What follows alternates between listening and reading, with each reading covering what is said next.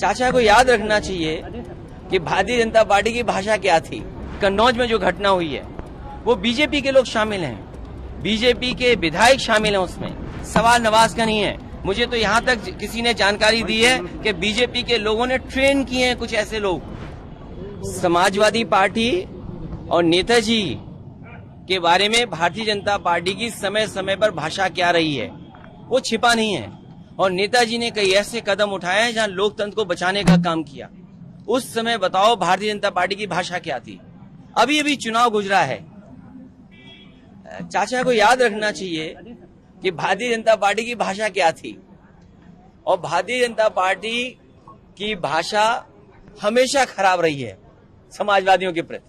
क्या गठबंधन तोड़ रही है बीजेपी 24 के लिए?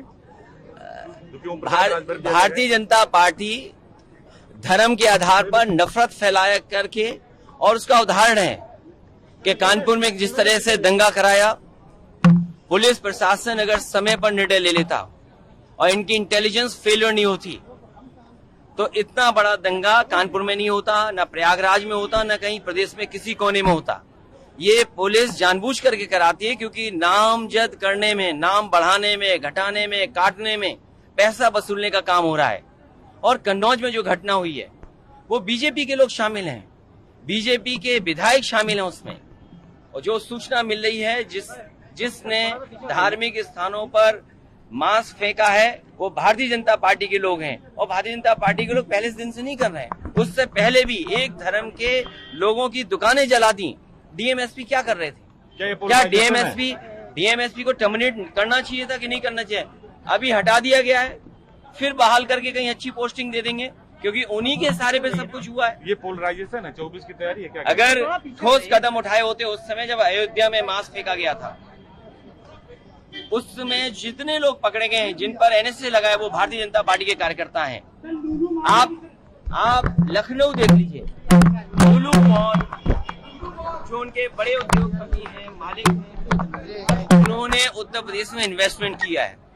आप जब इन्वेस्टमेंट मांगते हैं और इन्वेस्टमेंट लाने का प्रयास करते हैं तो आप उनकी खातिरदारी करते हैं, मेहमान नवाजी करते हैं, आप उनका स्वागत करते हैं। क्या आपने समय समय पे जो इन्वेस्टमेंट मीट की है उसमें क्या उद्योगपतियों को स्वागत नहीं किया आपने? और स्वागत कर करके उन्हें क्या सुविधा दे सकते हैं वो सुविधाएं दी गई।